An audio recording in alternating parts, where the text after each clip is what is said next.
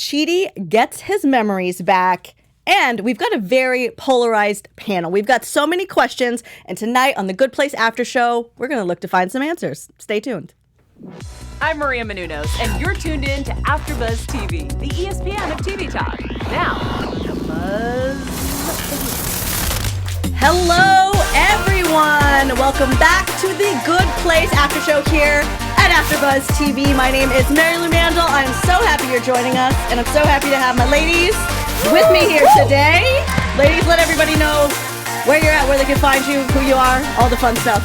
My name is Shiksha Mehtani, host here at AfterBuzz, 6 different shows. Really excited to talk about The Good Place. And I'm Samantha Jacobs, and you can find me at storyof_Samantha and Nancy Drew coming up next, right here. Right on. And the reason I didn't say your names is I'm terrified of mispronouncing people's names because we've had this whole debate about Alana's name. Yes, she couldn't be here with us today. I'm sure it's Elena now, but I feel like all season I've messed it up. So I just wanted you ladies to do the honors. But tonight we are talking about Chapter 48 of The Good Place, the episode called The Answer. So what are your initial thoughts, ladies? Because I know that we had some opposite feelings, very strong feelings at the end of this episode.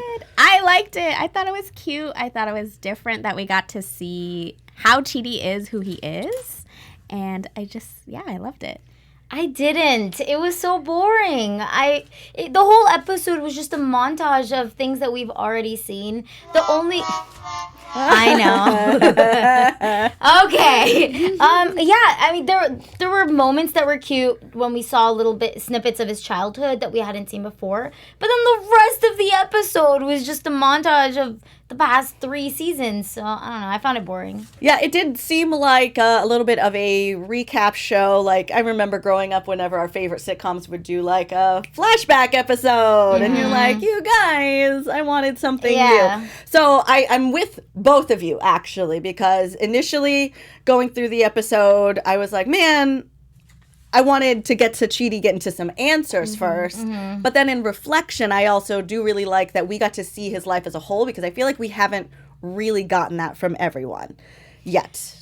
We've seen bits and pieces, but like all at once from like baby Chidi, who was like so adorable. Yeah, that was cute. Yeah? I'll admit to that. Yeah, it was cute, but we've seen so much of his life, and I'm just, I want to know what's going to happen in regards to the answer and how they're going to deal with everything in The Good Place, Bad Place. So, this was just kind of like a filler for me. Yes. How about for you? It was definitely a filler episode, but I think they did it cute. Yes. It wasn't the typical...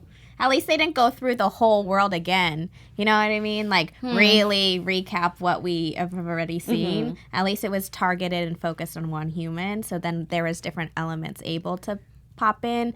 And then you kind of saw what those scenes meant to him, kind of. Yes. Yeah. Well, I mean, I would love to know what you guys in the chat are feeling, what you're thinking about this episode. So make sure you let us know. We're watching your chat, and we'll talk with you guys a little bit later. But it was a little bit of a filler, but I do think the result we got of Chidi coming back and understanding, because he got this condensed version of his life, understanding that he was annoying, is going to help us get our resolution. So I feel like that is kind of important. That's fair. Thing for us to see. So while we're talking about Chidi's life, we do learn a lot, which is a lot of stuff that we already know about his life mission. So what do you feel are some of his life missions that we got to recap here today? Let's see. I mean, I always feel like it's like the episode is called The Answer, right? Mm-hmm. His whole thing is about answers. Even baby Chidi, when they're like, your name is Chidi. Wait, unless you want to be named something else. And then like baby Chidi has a stomach ache. Mm-hmm. Oh. Yeah. I think one of the important things that they talked about in this episode was the fact that you can't always have an answer to everything. And it's okay to, research things and wonder about things, but you're not going to get an answer to everything. And seeing him as a child and realizing, where this really comes from, the root of it all with his parents and the divorce, and coming to the realization that if you research enough, you'll find the answer.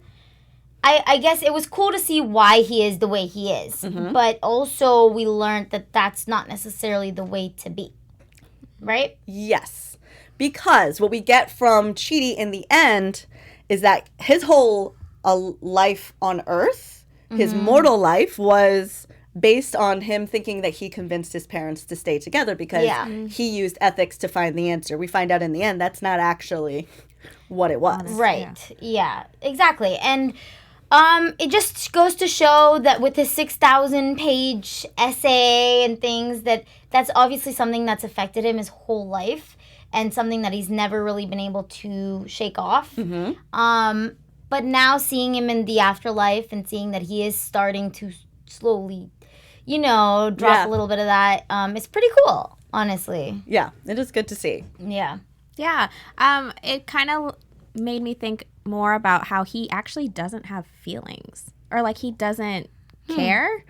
Like the professor was like, what do you care about? And he's like, everything. Like everything isn't butterflies and rainbows. You can't solve everything. Like you have to find something that you have a passion about or care about. And like that doesn't necessarily mean like that's what you do in life. But, there's things that you enjoy doing. And all he likes to do is answer questions. Like, where is his substance as a human? Right. Yeah. And then that even shows up with the one girlfriend that we see.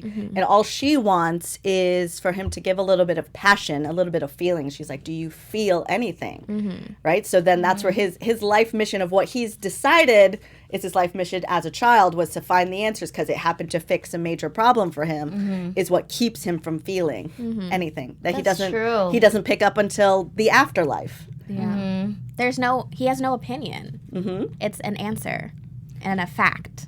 So, okay, in the last few episodes, we've kind of come to the realization that the people that you surround yourself with really affect who you are as a person. But the fact that he went through his entire life without getting better and, feeling anything, I think that just goes to show who he was surrounding himself with because he had a best friend who couldn't take it anymore. Obviously loved him, but couldn't take it anymore. The girls he was with couldn't take it. So it's just interesting to see that he didn't have that kind of an influence in his real life. Yeah. And then speaking of his best friend, I actually brought a picture of his best friend. The actor's name is Keston John. He's somebody I went to college with, so I just wanted to do a little Tahani humble brag. Oh, no! This guy here, that is Keston John. We both went to University of Central Florida. This was a variety show, a charity event that I hosted and produced years ago. Oh, snap. Just being very Tahani right now. So, but I just brought that to reference that he's been fabulous. He's been getting in more projects, and I think he had a child recently. So, congratulations, Keston. I'm so glad you're out there acting. So we were in the theater department together. I remember being on the crew when he was acting. I was like, that guy's going to make it. And here he is. Oh, my God. That's crazy. Yeah. So I'm always happy seeing him on there. I love that. That's so cool. Yeah. So, then we've got Chidi's best friend. We've got his girlfriend in there. We've got his parents. So, and then in the afterlife, we have the whole game and rotation of soulmates. And we learned from Michael that was one of his biggest questions that he wanted answered going into the afterlife was about soulmates. How did you feel about him getting his answer or non-answer? I think it's true. I think what Michael said was honest. Like, he said, I don't think so. That's kind of for you to explore. And it's about you making these relationships with people, which goes back to feelings and caring and, emotions that are scary words for Chidi. Like, he doesn't know how to do that, or he thinks he's doing that, but it doesn't even get there. Because even when you see his relationship with that girlfriend that wasn't Simone, you see that she literally lays it out in front of him like, hey, you need to pay attention to me. You need to give me more than an answer. And he's like, let's do it. And you think they're going to make out or something hot and heavy is about to happen. And he's like, let's read books. And she's like, I can't. Like, physical touch, like all that stuff, emotion, feels, takes part in that. And he never gave that to anybody except for one. Except for one. Yeah, you're right, though, because we're seeing why he doesn't feel. It goes all the way back to his childhood.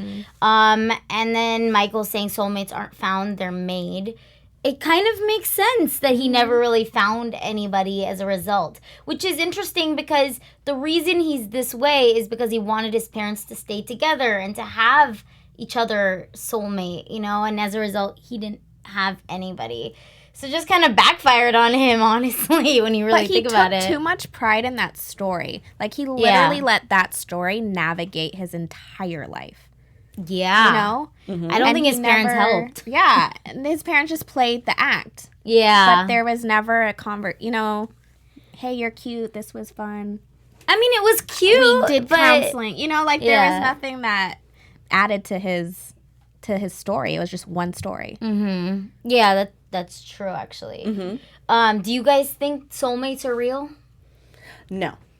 I think that there's lots of people you can connect with. As far as a soulmate, I don't know. Because, like, over the course of my life, like, I've loved many people, and when I loved them, it was real. Mm-hmm. And if it falls apart, then it falls apart. And I just think people kind of fade in and out of your life. You get your lessons from them, and so be it. But as far as the idea is, like, your one true love, I don't know, maybe, like, 10 true loves. I agree, actually. I think it just depends on your experiences and who you connect to. I don't think you're connected to just one person and you have to find that one person. Do you? I believe in soulmates. I don't think it's necessarily one human. It could be one human. It could be two. But I've read things like there's an expansion, like a twin flame is an expansion of a soulmate. But that your twin flame isn't supposed to be your love of your life because you're too much alike that it could cause flame. You know? It can go up and go, right. Yeah. And so there's just different layers of a soulmate. If we look at Sex and the City, your girls can be your are they? Like, could your best friend be your soulmate? There's different layers of it, and a lot of people tend to think of it as that one true love, that one person. But there's just, like, my best friend. I have a best friend, and I think he's my soulmate. We literally connect. We can, like, listen to each other and hear each other on the same level. But we're not in love and going to get married. Like, nothing like that is there, but we're definitely, I think, soulmates. And soulmates aren't necessarily, in my opinion, a romantic pairing. I agree with that. I think it could be anybody. You have Ivan Soto in the chat saying that Chidi and Eleanor are soulmates because, 800 years they always found each other. That's true. That's true. But then also when you think about Chidi and Eleanor always finding each other, there weren't that many people to choose from. Yeah, that's true. Right? That's the neighborhood true. was small. But he could have. They tried him with Simone. Agavni. Tahani. Oh, Tahani. Yeah. So, like, they tried that, and it didn't work.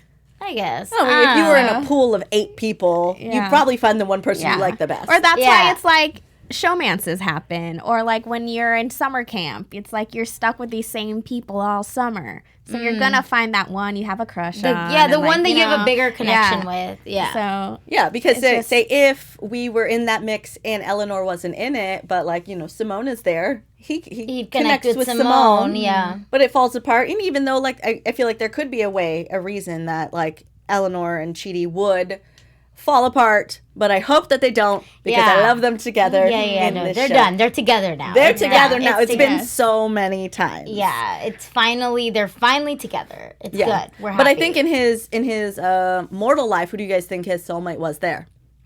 Oh, he didn't have one. Oh, well, I think it was his parents because they gave him purpose. Yeah. Interesting. Oh, yeah. They set him on this journey through morality and ethics, which then he took into the afterlife that led him to Eleanor.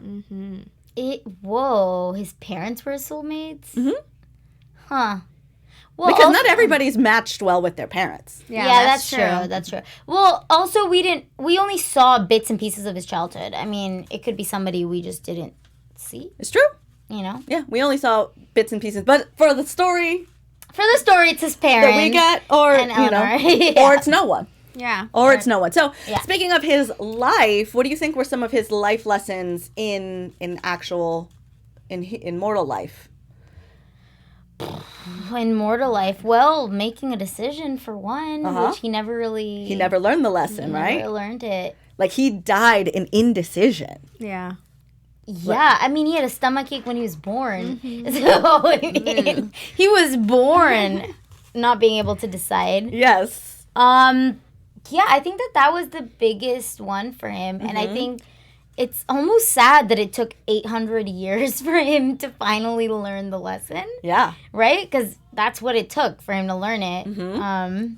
Also, self-awareness, because we hear it from the teacher, we hear it from his friend, and we hear it from the girlfriend in Mortal Life that you don't listen to what everyone else is telling you. Yeah. But when he has his entire flashback recap episode, then he's like, wait, hold on.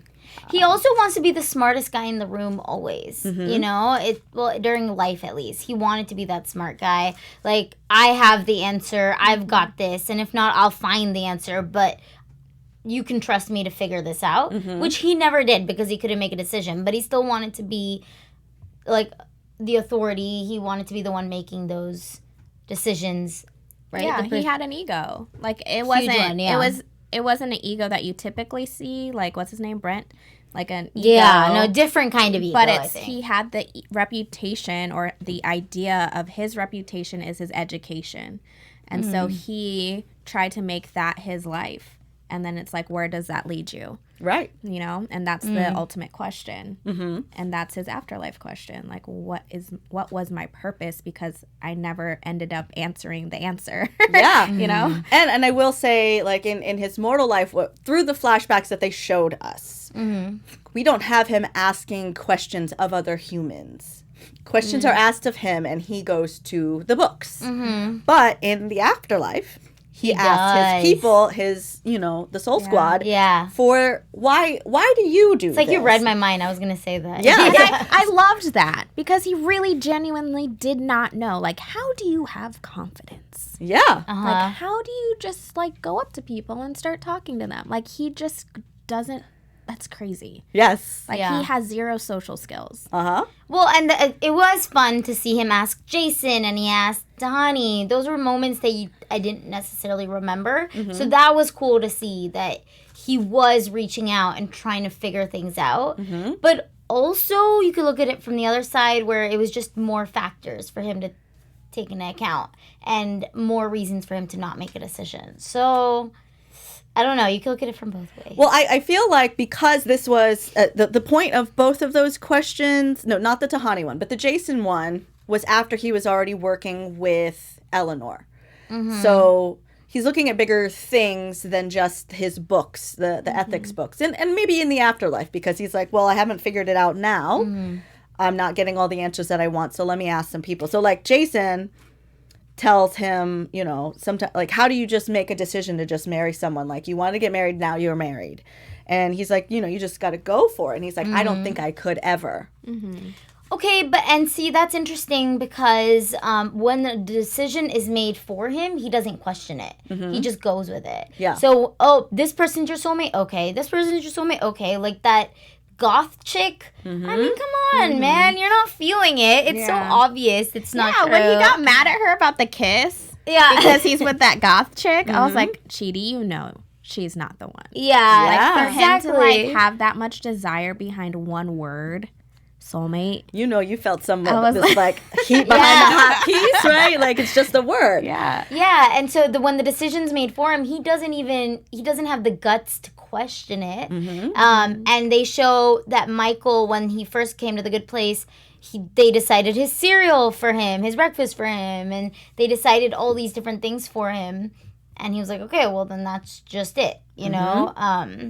So, yeah, I think that's a big life lesson that he had to, overcome. Yeah, and then so, like, another piece of advice he got was from Tahani. He was like, how do you take charge? And she says, you just have to fail. Yeah, confidence comes from failures, is what she said. Which is interesting coming from her, because she doesn't like to fail. So, but she has, and she knows that. That's her own growth. Yeah, that's her own growth. So you saw double up in that second. That was awesome. And then, and then we see, like, a montage of, like, months and months with Eleanor, all their different, like, times together. And that's where he kind of figures something out. Yes. Right? The answer. The answer. That's where we get the big answer, because he goes up to Michael and he's like, hey, just let me know before you shut me off. Our soulmate's real. Yeah. And Michael's like, you know, dude, I don't know. I don't know. But it is a relationship that you develop. Maybe it is, maybe it isn't. You know, and I love that Michael didn't have a definitive answer. It was like, maybe yes, maybe no. That gives so much more power to what he said in the end, you know, because Michael didn't make that decision for him. Yes. So, yeah, that was cool. Yeah. But, you know, like the two main things that he wanted was to know, you know, about, get answers to his questions, mainly about the soulmate, and then also a magic blackboard, which I mean, that. So adorable. But that's where like he learns that his parents didn't stay together because of him, or realizes it. You know, like Michael doesn't explicitly tell him. He kind of connects the dots, and he's like, oh, and then he's like, yeah, they went to counseling. Of course they did, because there's so much more to it than just do this or do that. So I was happy to see that moment. That was like what the whole lead up of the episode was, to get to that and the notes. The whole episode was all about the note, and you're right about the parents' life lesson thing. I just feel like it didn't need to be the whole episode. It could have been half, you know? Like, come on. I wanted more of the present, but okay, whatever. Yes. But the answer, okay, it was cute. It was a very cute moment. I will give you that. That was probably one of the better moments in the episode. Yeah. The note is, there is no answer, but Eleanor is the answer. Yeah. So cute. Yeah. Well, because whenever he opened it up, you were like, oh my gosh, it's definitely like Eleanor is your soulmate. That's what. Yeah, that's what I thought it was going to say. Yeah. And so when he opened up the first panel, you're like, oh. Dang, yeah. I heard you twice. That is what I said. What did you think about the note? I loved it. I'm a big cheese ball. So for them to do the cheesy, I love it. Yeah, and I love that when he came back, when they brought him back to, he had some calm about him. He's like, listen, you guys, I'm sorry. I just got this really quick, condensed, 23-minute version of my life. Yeah, and that's the other thing. He came back and was like, hi. Which is kind of how we were all after this episode. We're like, okay, cool. Yeah, but to see Chidi that relaxed after getting 800 years worth of memories. Yes. That's insane. That's a lot. It feels like a lot. Well, really good episode for moving the story along. I agree. We maybe could have wrapped it up a little bit quicker. But, you know. I'm ready for some action now. Let's get going. Yes. Okay, well. I know. Ivan in the chat agrees with you. He says, I agree we should have had more present day versus the previous. So, I mean, yes, it would have been nice for it to be half the episode. And then instead of waiting for next episode to see what would have happened, get a little bit of juice in there. Well, because we have to wait for 2 weeks now because next week's Thanksgiving. The scoundrels. I know. Such scoundrels. Yeah. They did this on purpose. They were did. Maybe people are going on an early vacay. They're torturing us. And so they were like, let's not make it as juicy. Yes. No, this is our torture. Well, I think that's it for this episode for now, but let's talk about some references. Ooh. Special segment. Oh, okay. So we had not that many references this episode. They mentioned Fire and Blood. The goth chick mentioned it, which is a Game of Thrones book. You had the Soulmate Game Night, which was cute. You had Jason mention Coffee Mate, and Tahani mentioned Timothy Chalamet. So that was interesting. Going back to Jason, I actually thought of before we go into that other section of it, a few more references. Oh yes. Which are a little more like symbolic, right? So the fork in the dispenser, I feel like was a reference to them like just being so frustrated, and they would have to say fork in the good place. Okay. Because this was like a big turning point for him, like because they really focused on the fork going into the dispenser. Yeah. So I feel like there was a what the fork mentioned. I like that. And also the red boots. Yes. Back. Oh yeah, they were back. That was amazing. They were back. So if you guys you remember, a little egg. Yeah. Yeah, he ended up getting those red boots because he was trying to just go with some decisions and say yes, told his friends, yes, I love those red boots, and his friend bought him red boots. And he had to wear them for forever. Oh my gosh. Okay, so go on with yours. All right, so Jason mentioned a weird alcoholic drink. Well, it was non-alcoholic. It was Duval ditch water made of Midori, Coffee Mate, and ditch water. Midori's alcoholic, right? It's not just a flavor? Is it? Am I wrong? That Yeah, sucks. I'm not sure. But yeah, so that was his drink, and we were going to talk about... Yeah, so I wanted to kind of talk about what the weirdest alcoholic drink you've ever had. Oh my gosh, like I can always go to, and it is very Florida. Just is it AMF? Is it Adios Mother? And it's just like a mess. It's a mess of a Really? drink, Yes. and Oh. it's so trashy Florida. Oh no, really? Yes, That's the only place I've had. it is so trashy, and it is so Florida. So like so me and Jason sad. Mendoza doing the thing. Oh my god. Okay, so the weirdest drink I've ever had was in Bolivia. It was this tower of this. It was a tower, and you had this really strong alcohol. It was just really strong. And it was like a fountain of it. Oh. But they put it on fire. Oh. And you had to drink it really fast. And the bartender was there passing us straws because the Oh my straws were gosh. burning as you're. And it's really strong, and you have to drink it really fast because of the straw. What a mess. Yeah, it was Oh. effective. All right, and then before we go to news, Samantha, what was your drink? Actually, I think it's what is actually what Jason had in his drink. Uh-huh. Which Oh, is really Midori. weird. So Midori is a melon green liquor. And what I was going to say was when I was studied abroad in Italy, they would always give us this thing called Japanese iced tea, which is also known as a Tokyo iced tea, which is like a remix on the Long Island. There's more liquor in it, but it's interesting. more of like a classier liquor, but it still does the job. It's dangerous. Sometimes I set it on fire, add some absinthe, and people do shots of it. So Oh. it's a whole thing. It was definitely a fun time in Rome. What Wow. a doozy. Yes. Oh my gosh, such international drinks, ladies. Yes, let us know what yours is in the comments. Awesome. Okay, and now let's get to some news. AfterBuzz TV News.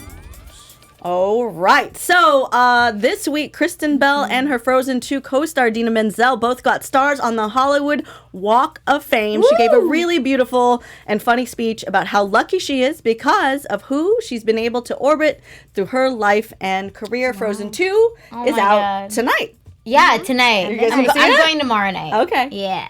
That's amazing. Good for her. Yes, and they're both like next to each other, and So cute. it was very, very sweet. It was a very sweet speech. So if you guys get a chance to go take a look at it, please watch it online. Also, next up, Ted Danson and Holly Hunter are both confirmed for an upcoming Tina Fey produced NBC comedy series. So, Variety.com said that Ted will play a wealthy businessman who runs for mayor of Los Angeles for all the wrong reasons. Once he wins, he has to figure out what he stands for, gain the respect of his staff, and connect with his teenage daughter, all while humanely controlling the coyote population. Whoa. What's it called? It's unnamed. Unnamed, Still yeah, untitled. okay. But Tina Fey, Ted Danson, Holly Hunter, it's going to be Oh a my hit. God, It's it's going to gonna be be great. good. And of That's course, we just want to watch awesome. more. And then our final bit of news, a while ago, we did I told you guys about how BuzzFeed did Thirst Tweets with Manny Jacinto. We have a new one with William Jackson Oh. Harper. So you guys should definitely check that out on BuzzFeed. But let me tell you guys a few of my favorite ones. Our first one, William Jackson Harper shirtless is how I know I'm not in the bad place. Agreed. Well, that's so true. Yeah? All right, let's flip to our next one. One more, please. Nothing like seeing Chidi shirtless in the Good Place NBC to remind me that I'm bisexual. Well, look at that. I mean, it's accurate. Yeah. though. It's accurate. You And then know? the last one is my favorite. Turns out the Good Place was Chidi's abs all along. Wow. So it's all about his abs then. Oh, well, okay, so these are my favorite ones that were referencing The Good Place. Okay. You guys should definitely take a look online, watch the video, because there's some very thirsty ones that I was not comfortable reading on camera, and I actually am not scared of a lot of things. Okay. But I was I'll have like, to check that out. I don't know. Piqued my Awesome. interest. Awesome. So quick predictions. I think that he's not going to be able to solve Your this in 45 minutes. AfterBuzz TV What? predictions. Stop it. I think he will. has too much knowledge now and he really wants to just focus on living his life. That's why we went through his life. Yeah. And yeah, so then he can't develop that answer. Okay, so I don't think this is going to happen, but how cool would it be if they had different, like, options for how they could, recreate it, and then they use all the different Janets to kind of play it and see how it would go? That's Oh. cute. That I would like be fun, right? I think that's great. I am with both of you. Okay. And, right, there could be 0 answers, there could be 800 answers, and I think that he is going to break the judge with options. Ooh, okay. That's typical, I yeah. think he's going to be like, it could be this, it could be that. Yeah. But no, we did it. he's got to make a decision, though. 'Cause- Yeah? Yeah, that was the She whole point of also today. loves Chidi. So she might have a soft spot for him. Yes. It's true. Yeah. It's true. All right, ladies, thank you so much for chatting with me. You guys at Yes. home, thank you so much for watching with us, chatting with us in the live stream. Ladies, tell us where everyone can find you. You can find me at _Samantha on Instagram. You can find me on all social media platforms at I am Bolly Girl. That's I am BOLLY Girl. Yes, you should definitely check both of them out on social media all over the internet. They're amazing to follow. And you can find me all over the internet at Marielou Mandl. And we will see you guys in 2 weeks. Happy Thanksgiving! Yeah, happy Thanksgiving, guys! Our founder, Kevin Undergaro, and me, Maria Menounos, would like to thank you for tuning in to AfterBuzz TV. Remember, we're not just the first, we're the biggest in the world, and we're the only destination for all your favorite TV shows. Whatever you crave, we've got it. So go to AfterBuzzTV.com and check out our lineup. Buzz you later. The views expressed herein are those of the hosts only and do not necessarily reflect the views of AfterBuzz TV or its owners or principals.